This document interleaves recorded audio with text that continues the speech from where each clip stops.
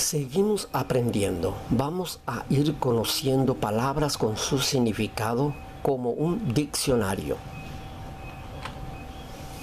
Aquí también encontraremos palabras que ya hemos utilizado y aprendido, otras que vamos a ir aprendiendo, donde estaremos haciendo oraciones más adelante.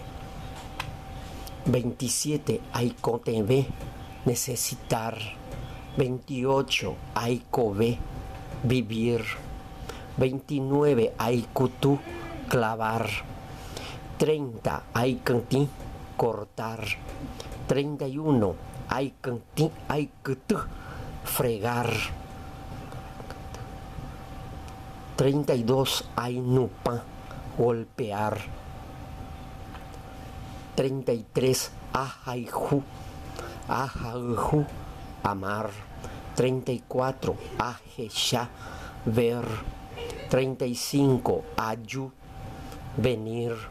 36. Aikarai, arañar. 37. Aike, entrar. 38. Aiko, andar. Espero que les ayude a comprender un poco más del idioma guaraní.